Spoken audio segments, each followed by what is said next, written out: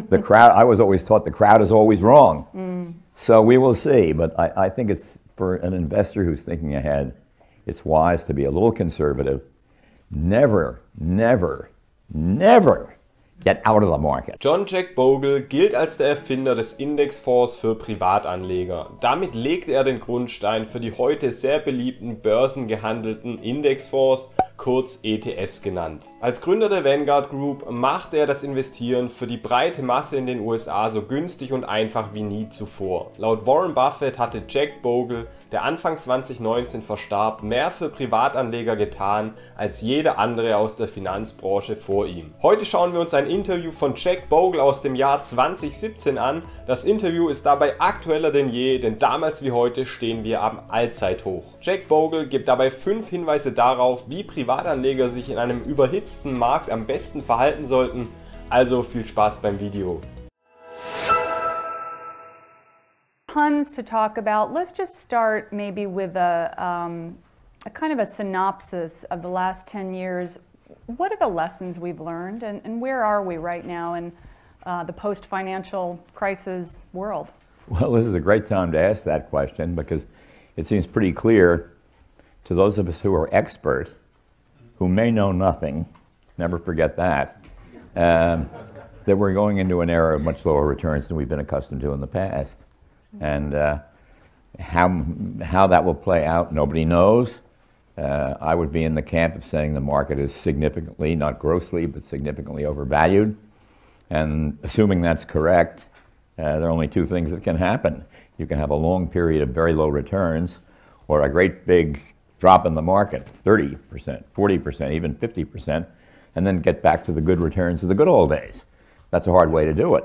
Also, wenn ein Aktienmarkt überbewertet ist, dann gibt es laut Jack Bogle 2 Möglichkeiten. Entweder gibt es eine lange Zeit sehr geringe Renditen unter dem langjährigen Durchschnitt, also keine 6, 7 oder 8%, sondern eher 1, 2 oder 3%. Oder die andere Möglichkeit wäre, es gibt einen starken Einbruch von 40 oder 50%, wodurch die Überbewertung im Aktienmarkt komplett bereinigt wird. Und nach solch einem Crash gibt es wieder naturgemäß höhere Renditen für die nächsten Jahre, die auch deutlich über dem langjährigen Durchschnitt liegen können. Dieser langjährige Durchschnitt lag beim amerikanischen S&P 500 Index bei ca. 10%. Beim MSCI World, der gerade in Deutschland sehr beliebt ist, lag die Rendite seit 1970 bei ca. 7%.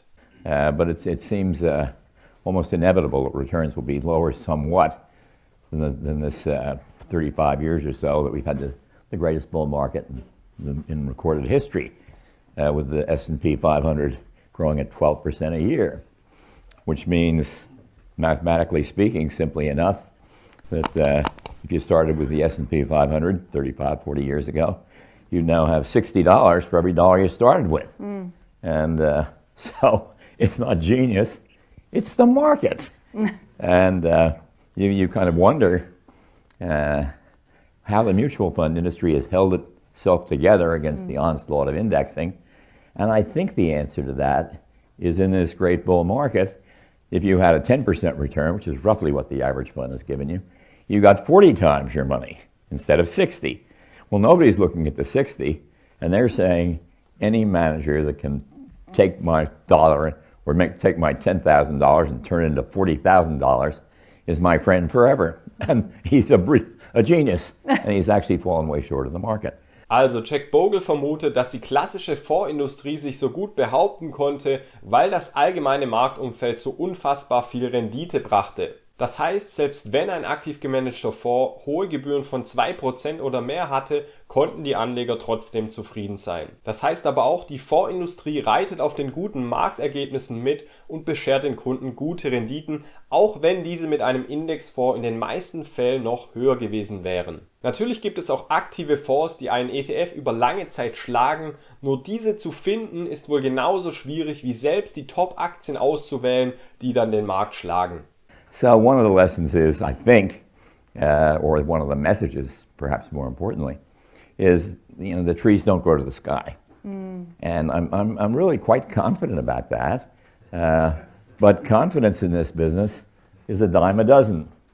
So einer der fundamentalen Tipps von Jack Bogle: erwarte keine Wunder. In anderen Worten, Trees don't grow to the sky. Gerade für Anleger, die während dem Pandemie-Crash 2020 zur Börse gekommen sind, ist diese Lektion Gold wert. Denn, dass man innerhalb von 5 bis 6 Monaten 50, 60 oder 100% Rendite macht, kommt nicht jedes Jahr vor. Die Erwartungshaltung ist also gerade dann bei vielen neuen Aktionären hoch, wenn sie es nicht anders kennen. Und da der Aktienmarkt seit März 2020 nur Richtung Norden ging, ist es für einige Anleger schwer vorstellbar, dass es auch mal 3 Jahre seitwärts gehen kann. Deswegen ist man mit einer Erwartungshaltung von 7 bis 10% bei einem ETF gut bedient. Wenn die Rendite höher ausfällt, dann umso besser. Aber grundsätzlich gilt, wer breit gestreut in die Weltwirtschaft investiert, sollte nicht mit 50% Rendite jedes Jahr rechnen.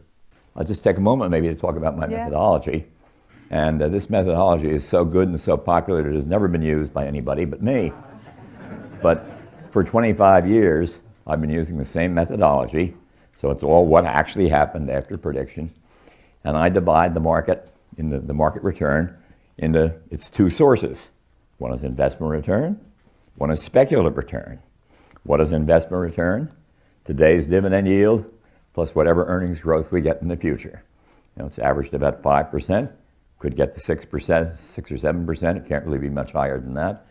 And unless you get a depression, it's not going to be much lower than 2. So there's not a lot of room to differ there. But I'm using right now for the next, the long-term average is about 5% earnings growth. So we take today's 2% dividend yield, and my guesstimate, gives us 6% investment return. The other part of it, which is the more troublesome part, is speculative return. And speculative return relates to valuations, which we can easily measure by changes in the price-earning multiple. And if the PE goes from 10 to 20, that's 7% in a decade.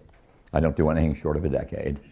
If it goes from 10 to 20, that's 7% of extra return. And we got that in the 80s, and we got it again in the 90s. And we're not going to get it again, because PEs can go from 10 to 20 to 40, but I don't think they can go to 80, which would be required if you follow the math. Sorry to bother you with those numbers. So I think any responsible market predictor should look at these 3 elements of return, 2 elements of return, investment and speculation. And so I expect the market return to be 12% or X. I accept, here's what the dividend yield is, we all know that. Here's my estimate for earnings growth. We can't be too far different on that.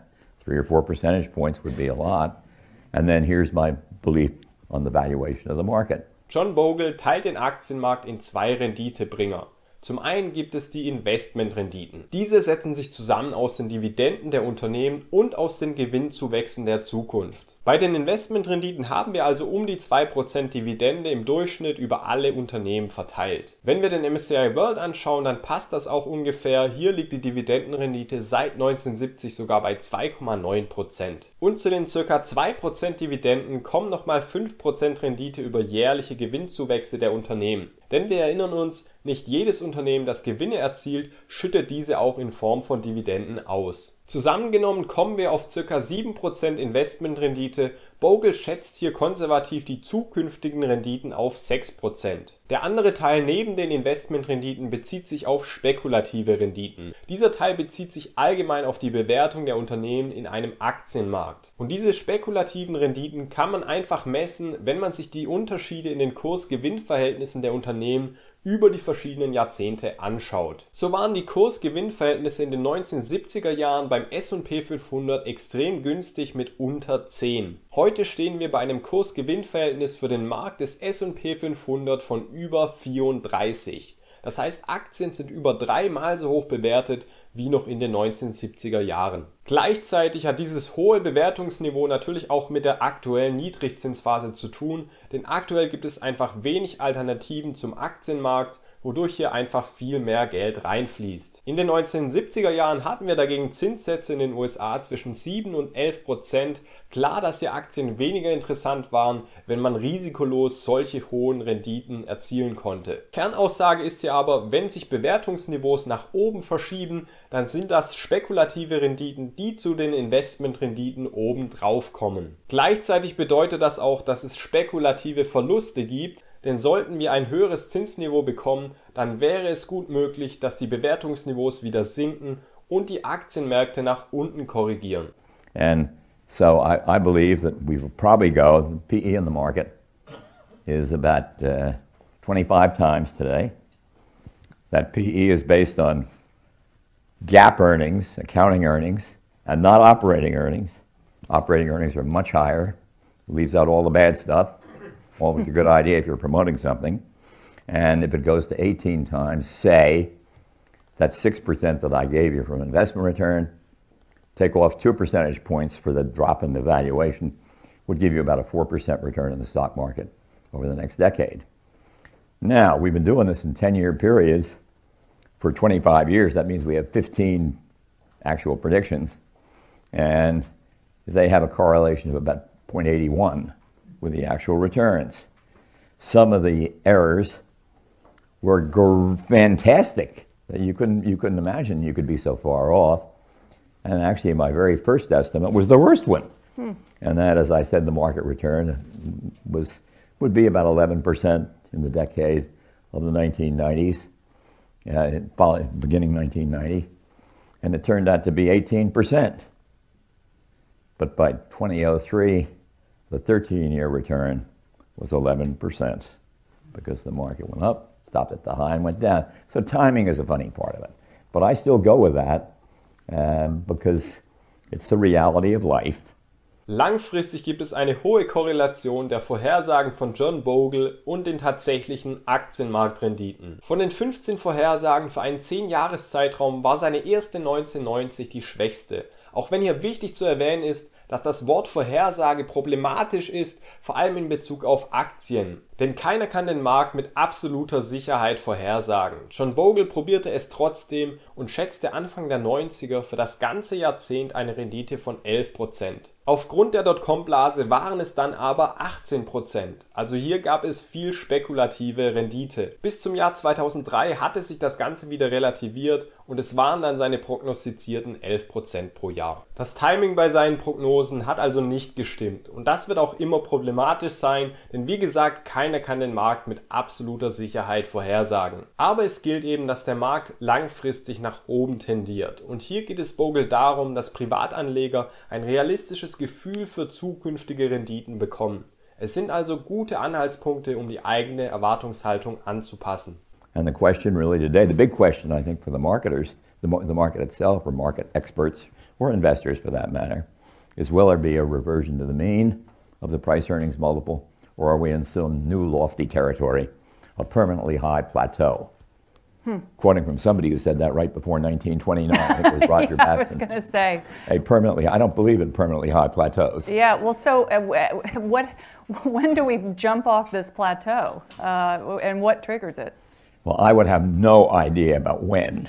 I just don't know, so not really much point in guessing. I mean, it could be today, and it could be not a big fall at all, but just low returns.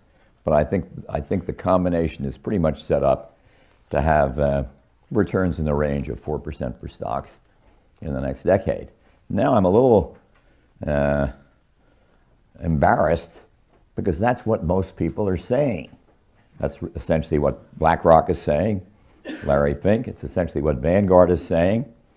And I usually, in my predictions, I don't like company. The crowd, I was always taught the crowd is always wrong. Die große Frage, die hier im Raum schwebt, wird es eine Rückkehr zu den alten Mittelwerten der KGVs geben von sagen wir 10 oder 15, wie in den 70er oder 80er Jahren, oder wird diese hohe Bewertung im Gesamtmarkt von über 30 für die nächsten Jahrzehnte andauern? Jack Bogle glaubte nicht daran, dass sich diese hohen KGVs lange halten werden. Ausgehend vom Interviewzeitpunkt 2017 ging er für die nächsten 10 Jahre, sprich bis 2027, von durchschnittlich 4% Rendite pro Jahr aus. Seine Prognosen lagen also deutlich unter den langjährigen Durchschnittsrenditen des S&P 500. Jetzt haben wir 4 Jahre später nochmals deutlich höher bewertete Aktienmärkte. Das heißt, diese 4% Rendite für die nächsten 10 Jahre müssten weiter nach unten angepasst werden. Die Frage bleibt also weiterhin, sind KGVs jenseits der 30 das neue Normal oder werden wir wieder zu alten Bewertungsniveaus von 10 bis 15 zurückkehren? Hier bin ich gespannt auf deine Meinung, deswegen schreib mir gerne deine Einschätzung unten in die Kommentare. So we will see, but I think it's for an investor who's thinking ahead, it's wise to be a little conservative. Never, never, never get out of the market. You know, if you want to reduce, you know, I should do this right now.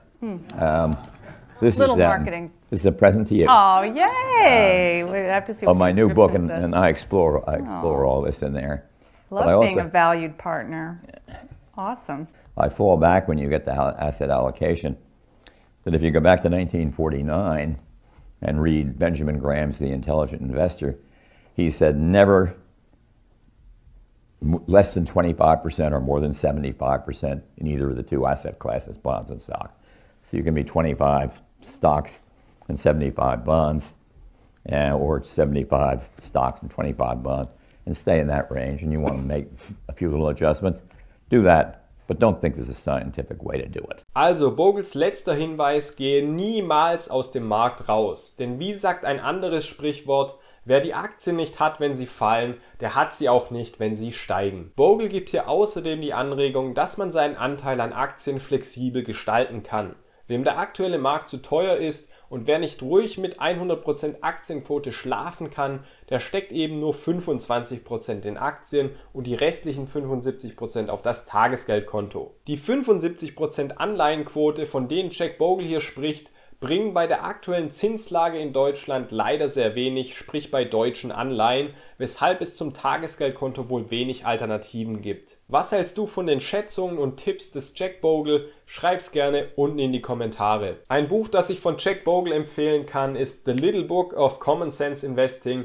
Das werde ich dir ebenfalls unten in der Videobeschreibung verlinken. Wenn dir das Video gefallen hat, dann zerstör den Like-Button und abonniere diesen Kanal für mehr Tipps und Tricks rund um deine Finanzen.